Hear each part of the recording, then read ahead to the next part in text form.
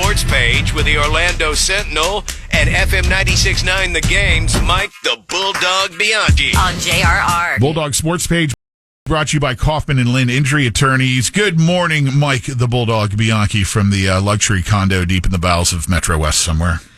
Good morning, gents. Did you see the reception that our Little Leaguers got when they returned home yesterday? The Lake Mary Little League team returned home to Orlando International Airport. The flight from Newark, New Jersey, it landed at OIA.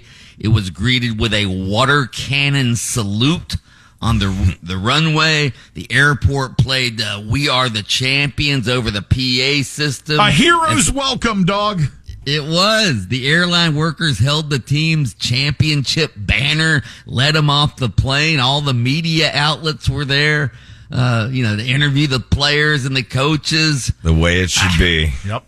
It was an unbelievable. I said this sort of in jest last week. I said if Lake Mary ends up winning the Little League World Series, it would be the greatest team accomplishment in the history of Orlando sports. I'll tell you what, the response and the euphoria that we're seeing sort of proves it, doesn't it? Yeah. There's a parade on Saturday.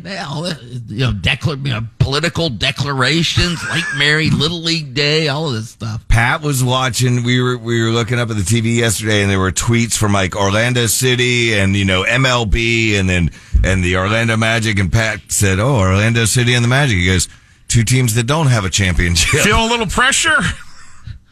UCF is trying to do something to honor them at their season opener on Thursday. Although, listen to this. Evidently, there's some sort of it could be an NCAA violation because the players are of recruiting age, I guess. God. I was almost sure you were going to say NIL, and it's in that direction. Oh, my gosh. Just let the kids celebrate. I guess once you hit 12, you become of recruiting age or something. I don't know. So, anyway, so congratulations once again to the Lake Mary Little Leaguers. By the way, FSU is getting hammered by the national media after Saturday's upset season opening loss to Georgia Tech. I was watching all the debate shows yesterday, just hammering Florida State. PTI, Michael Wilbon and Tony Kornheiser on ESPN last night telling FSU now to shut up because of all the complaining they did when they got left out of the college football playoff. Hey, did they go through with their plans to go sightseeing the day after the game? I don't know. That was their plan. They were apparently so confident they were going to win. They were going to do a little sightseeing because they don't play again until a week from Monday. Before everybody keeps on piling on, because I know people are piling on, do remember that, as you pointed out yesterday, they lost 10 people to the NFL. Well, so did every other college.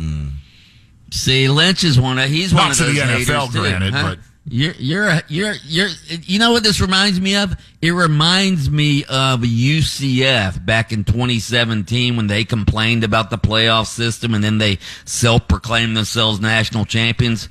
They became sort of a hated school. Everybody was taking shots at them. FSU's the same way now because they complained about not getting into the playoff last year. Hey, now they're considered whiners and people hate them. I'm just being an agitator here, but in all seriousness, they're not going to be the only team that's probably disappointed by the results of their transfer portal move-ins. There's probably going to be some more of that going on as we get fired up here with the season in earnest this weekend. All of them. We've said the transfer portal's the worst thing ever. Sorry.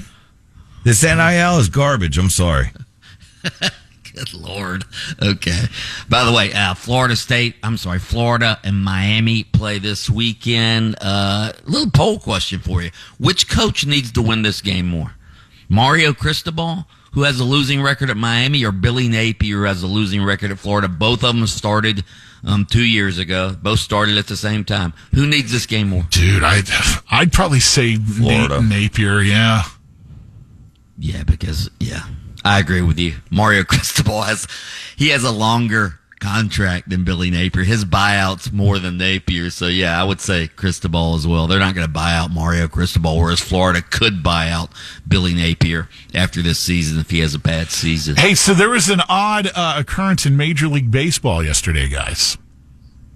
Yeah, what about it? Danny Jansen, he becomes the first player to play for both teams in a single game. How does that happen, Bulldog? You want to try to explain it? Well, evidently, after a game in June between the Red Sox and the Blue Jays, it was suspended by rain. Jansen played for Toronto at the time, but was then traded to Boston on July 27th. So, yeah. And then the rain. Then on Monday, Jansen substituted for the catcher. I don't understand how he would have been at bat for Toronto had this. So where the game resumed, his replacement player was at bat while he was behind the plate. Listen to this. And so we pick it up as a suspended game for game number 1. And now Danny Jansen, a month later, traded to the Boston Red Sox. And here he is behind the plate in a Red Sox uniform and ready to catch the rest of what was his at-bat. Tuning in for a bit of history here. Liner to center field, down for a base hit. So Jansen becomes the first man to get a knock today for the Red Sox. I guess that's fitting with the history he made earlier today. It's his day. You're going to try to wrap your head around that. Oh, God. Unbelievable. Wow. All right. Wow. Mike the Bulldog Bianchi, host of Open Mic over on AM 740 and FM 96.9. The Game on adjacent to us each weekday morning. He takes a few minutes out of his show to join us for the sports page here on JRR. Brought to you by Kaufman and Lind. That's right. You can listen to Under Oath with attorney Jeff Coppin every Saturday morning, 7:30 on FM 96.9 The Game. You can catch extended versions on your favorite streaming platform. Oh, oh. Linton Taco on